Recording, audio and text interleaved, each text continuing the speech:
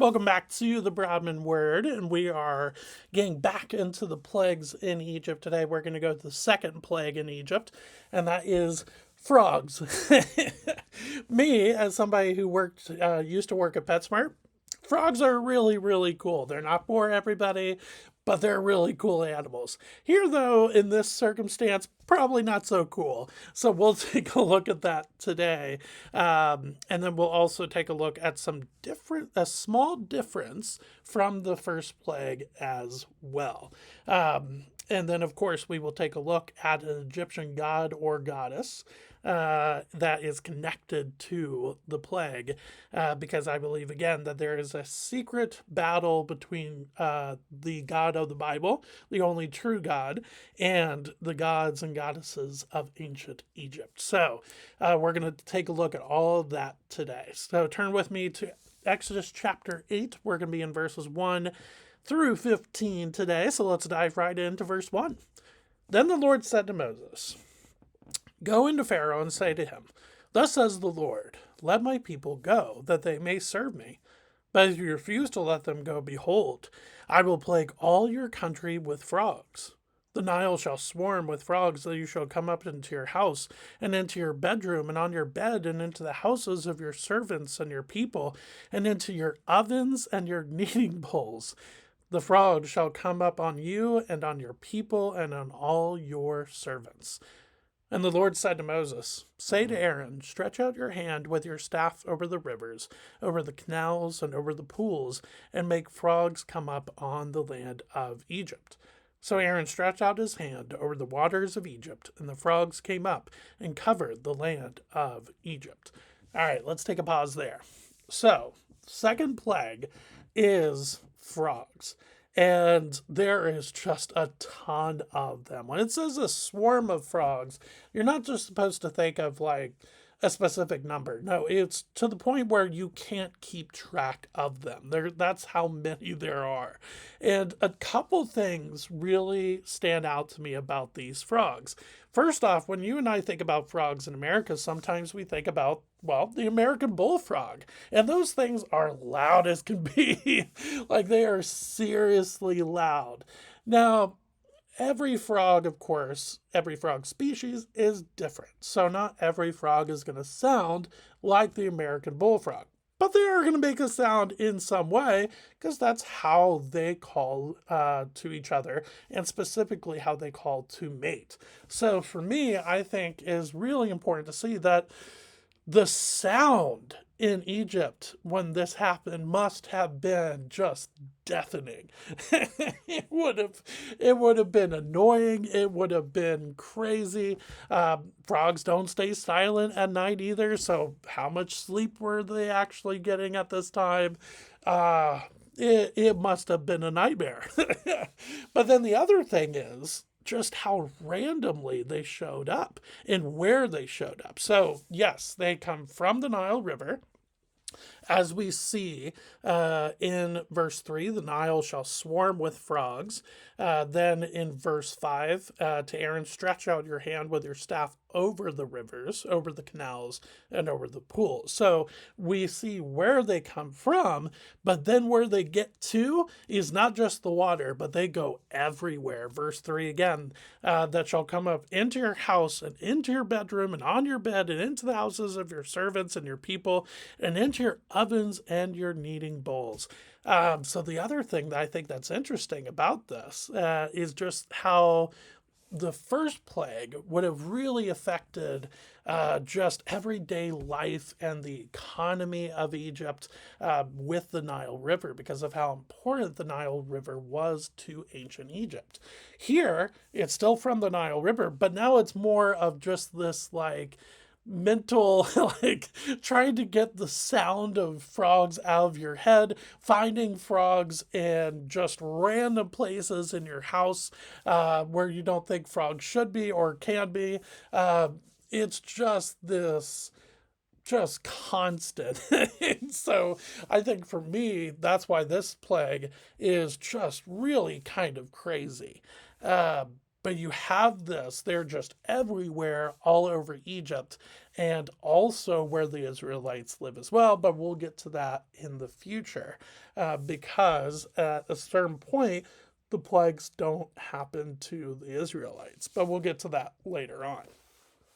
Now, with the frogs plague, I think there's two possibilities when it comes to ancient Egyptian gods or goddesses.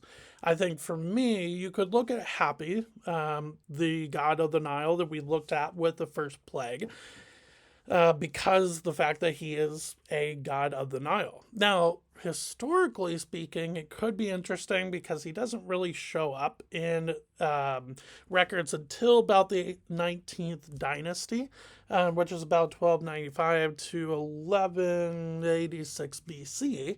So it's hard to say exactly if that's who we're supposed to think about. For me, I think a more interesting connection to an Egyptian god or goddess would actually be a goddess named Heket. And Heket is really, really interesting. Heket is a god of fertility, childbirth, and regeneration. She has a lot of connection to the Nile River. But the big thing that is really interesting about her is that she is a frog-headed goddess. And so the fact that she is actually has a frog head, I think that is absolutely as clear could be connection. But I think what's also interesting is the fertility aspect, and specifically when it comes to childbirth. And what is one of the big things that happens in Egypt, in Exodus chapter 1, it is the slaughtering of Israeli babies, and specifically male babies. And so I think that to me is incredibly interesting with the connection to Heket, not just because she has a frog for a head, but because she is the goddess of fertility and childbirth. And so I think that is really interesting, seeing how Egypt murdered so many different Israelite babies in Exodus chapter 1. So I think that is really interesting to keep in mind. Now, as we saw with the first plague and with the staff serpent sign in chapter 7, the magicians or the sorcerers of Egypt actually do repeat this plague. Verse 7. But the magicians did the same by their secret arts and made frogs come up on the land of Egypt. So you might think, okay, so we're going to see that Pharaoh is going to refuse. He's going to just say, no, I'm not going to let your people go. And just like with the first plague. But then there's a change that happens, which is really, really interesting. Don't get me wrong, he still doesn't let them go, because, of course, this is the second of 10 plagues. But what he does is very, very interesting. Let's get to verse 8. Then Pharaoh called Moses and Aaron and said, plead with the Lord to take away the frogs from me and from my people, and I will let the people go to sacrifice to the Lord. Verse 9, Moses said to Pharaoh, be pleased to command me when I am to plead for you and for your servants and for your people that the frogs be cut off from you and your houses and be left only in the Nile. And he said, tomorrow. Moses said, be it as you say, so that you may know that there is no one like the Lord our God. The frog shall go away from you, and your houses and your servants and your people, they shall be left only in the Nile.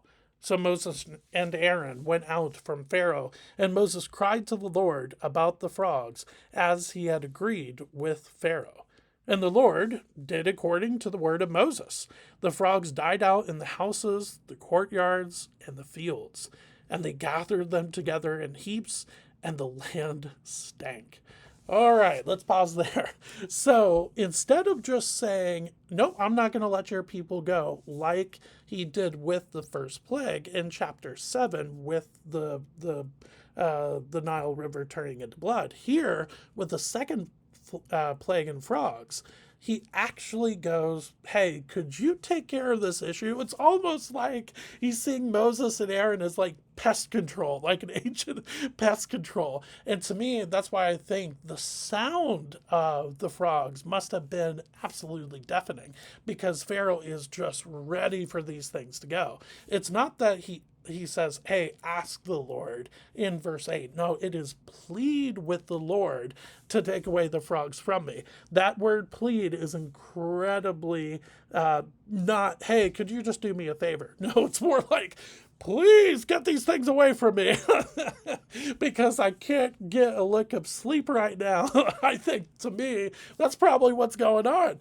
And so I think that's really, really interesting. But he sets himself up to fail. He goes, okay, do this and I'll let your people go. And so he's setting the stage for, nope, he's going to go back on his own word, which is then just going to set him up for just this constant reminder that he is not in control.